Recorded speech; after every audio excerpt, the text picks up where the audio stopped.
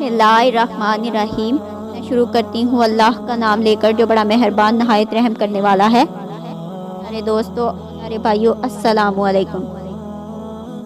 دوستو، آپ ہمیشہ یہ سوچتے ہوں گے کہ فرشتے کیسے پیدا ہوتے ہیں، فرشتے کیسی مخلوق ہیں اور اس کائنات میں فرشتوں کی تعداد کتنی ہے۔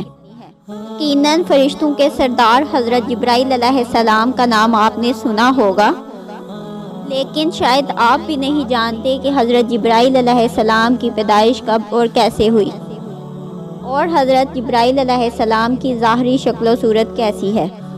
یہ سب حقائق آپ کو آج کی اس ویڈیو میں بتاؤں گی، لہٰذا آپ سے گزارش ہے کہ ویڈیو کو اینڈ تک لازماً دیکھیے گا۔ اور ہاں، نبی کریم صلی اللہ علیہ وآلہ وسلم کے وصال کے وقت حضرت جبرائیل علیہ السلام کیوں آئے تھے، یہ بھی آپ کو آج کی اس ویڈیو میں بتاؤں گی، اور آپ کو یہ بھی بتائیں گے کہ حضرت جبرائیل علیہ السلام کی وفات کب اور کیسے ہوگی۔ ناظرین، آج کی یہ ویڈیو مکمل تحقیق اور حقائق کے بعد پیش کی جا رہی ہے۔ اگر ویڈیو اچھی لگے تو صدقہ جاریہ سمجھ کر لائک شیئر کیجیے گا اور اپنی قیمتی رائے کا اظہار بھی کامنٹ سیکشن میں کیجیے گا۔ دوستو، ہم سب یہ جانتے ہیں کہ فرشتے نوری مخلوق ہیں، لیکن ہم یہ نہیں جانتے کہ اللہ تبارک و تعالیٰ نے فرشتوں کو کیسے پیدا فرمایا۔ تو اس حوالے سے حضرت ابو ہریرہ رضی اللہ تعالیٰ عنہ سے روایت ہے کہ چوتھے آسمان پر ایک نہر ہے جسے نہر حیات کہا جاتا ہے۔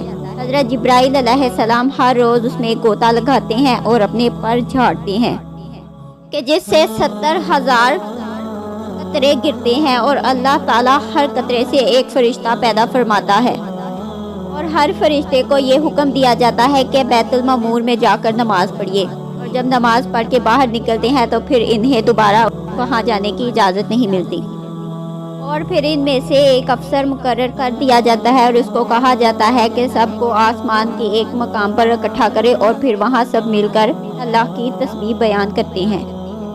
نبی پاک صلی اللہ علیہ وآلہ وسلم ارشاد فرماتے ہیں کہ اللہ تعالیٰ جب فرشتوں کو پیدا فرماتے ہیں، ان کے منہ سے پہلے الفاظ یہ نکلتے ہیں، لا حول ولا قوت الا باللہ، کہ یعنی نہیں ہے کوئی ذات طاقتور سوائے اللہ کے۔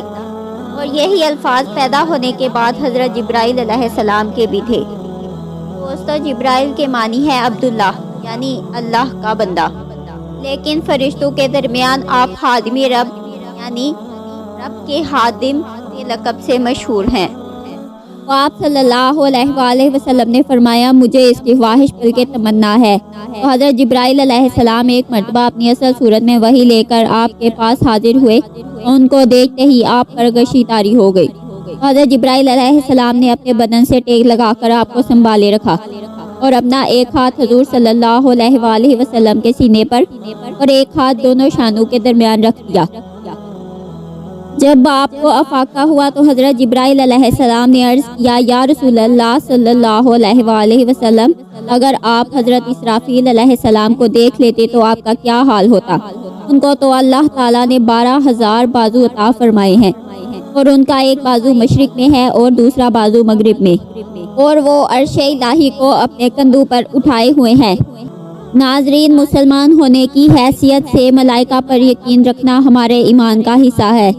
ہر مسلمان اقرار کرتا ہے کہ وہ ایمان لایا اللہ پہ، اس کے فرشتوں پہ، اور اس کی کتابوں پہ، اور اس کے رسولوں پہ، اور قیامت کے دن اور مرنے کے بعد پھر زندہ ہونے پہ، اور تقدیر پر اس کی بھلائی اور برائی سب اللہ تعالیٰ کی طرف سے ہے۔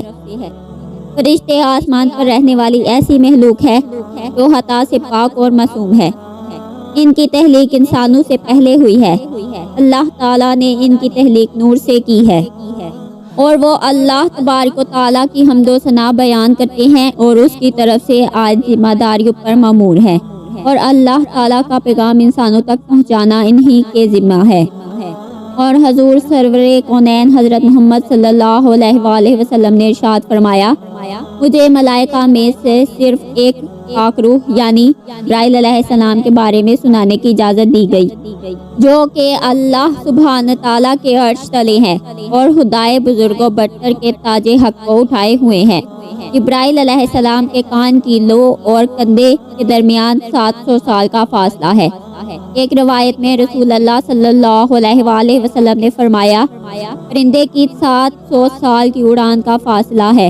حضور اکرم صلی اللہ علیہ وآلہ وسلم نے فرمایا جبرائیل عین عرش معلیٰ تلے رہائش پذیر ہیں۔ میں نے جبرائیل علیہ السلام کو دیکھا، اس کے 600 پر تھے اور وہ اللہ کے عطا کردہ تخت پر بیٹھا تھا۔ اس کے تمام پر پھیلے ہوئے تھے اور پروں میں زمرد موتی جھڑ رہے تھے۔ حضور صلی اللہ علیہ وآلہ وسلم نے فرمایا اس کے پروں کا رنگ سبز ہے اور پاؤں کے تلووں کا رنگ بھی سبز ہے۔ حضرت یوسف علیہ السلام کو جب ان کے بھائیوں نے حسد کے سبب کنویں میں پھینکا تو حضرت جبرائیل علیہ السلام نے ہی حضرت یوسف علیہ السلام کو اپنے ہاتھوں میں لیا اور کنویں کی تہ میں گرنے اور چوٹ لگنے سے بچایا۔ روایت میں ہے کہ حضرت لوط علیہ السلام کی نافرمان قوم اور ان کا عظیم شہر حضرت جبرائیل علیہ السلام کے پروں میں سے صرف ایک پر کی نوک لگنے سے تباہ و برباد ہو گیا۔ جبرائیل علیہ السلام نے تمام شہر اپنے ایک پر کی نوک پر اٹھایا اور بحکم خدا تعالی الٹا کر فنا کر دیا اور تمام قوم ہلاک ہو گئی۔ عرش کے 6 لاکھ پردے ہیں اور ہر پردے پر اسی قدر فرشتے ہیں، اور یہ تمام فرشتے ان فرشتوں کے مقابلے میں جو عرش کے گرد گھومتے ہیں ایسے ہیں جیسے دریا کے مقابلے میں قطرہ۔ ان کی تعداد خدا ہی جانتا ہے۔ بلکہ ناظرین، ایک مصنف نے اپنی تصنیف میں لکھا ہے کہ رسول اللہ صلی اللہ علیہ وآلہ وسلم فرماتے ہیں کہ ہم نے ایک جگہ معراج کی رات فرشتوں کی قطاریں دیکھی تو حضرت جبرائیل علیہ السلام سے پوچھا کہ یہ کہاں جا رہے ہیں؟ جبرائیل علیہ السلام نے عرض کی میں تو جب سے پیدا ہوا ہوں اس تار کو ایسے ہی دیکھا ہے، مجھے خبر نہیں ہے کہ یہ کہاں سے آ رہے ہیں، لیکن ہاں جو فرشتہ ایک بار گزر جاتا ہے وہ دوبارہ لوٹ کر نہیں آتا۔ فرمایا چلو ان سے پوچھیں۔ ان میں سے ایک سے سوال کیا گیا کہ تیری عمر کتنی ہے؟ اس نے جواب دیا مجھے خبر نہیں ہے، لیکن ہاں اتنا جانتا ہوں کہ اللہ پاک ہر 4 سال بعد ایک تارہ پیدا فرماتا ہے اور میں نے 4 لاکھ تارے پیدا ہوتے دیکھے ہیں۔ اسی سے اندازہ لگا لو کہ فرشتے کتنے ہیں۔ ناظرین، قیامت والے دن جب تمام مخلوق کو حضرت اسرافیل علیہ السلام کے سور پھونکنے کے بعد موت دے دی جائے گی، آخر میں تمام مخلوقات میں سے صرف حضرت میکائیل علیہ السلام، حضرت اسرافیل، حضرت جبرائیل علیہ السلام اور حضرت عزرائیل علیہ السلام زندہ رہ جائیں گے، اور اللہ پاک کے حکم سے حضرت عزرائیل سب سے پہلے حضرت میکائیل علیہ السلام کی روح قبض کریں گے، پھر اسی طرح حضرت اسرافیل کی روح قبض کریں گے، اور آخر اللہ کے حکم سے حضرت جبریل امین علیہ السلام کی روح بھی حضرت عزرائیل قبض کر لیں گے۔ اس کے بعد اللہ تبارک و تعالیٰ خود حضرت جبرائیل علیہ السلام کی روح قبض کریں گے اور پھر حساب کتاب کے بعد تمام مخلوق کو دوبارہ زندہ کریں گے۔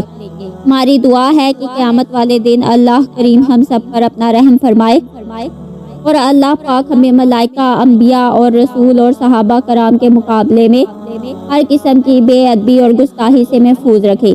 آمین یا رب العالمین۔ ملتے ہیں اگلی ویڈیو میں، تب تک کے لیے اللہ نگہبان۔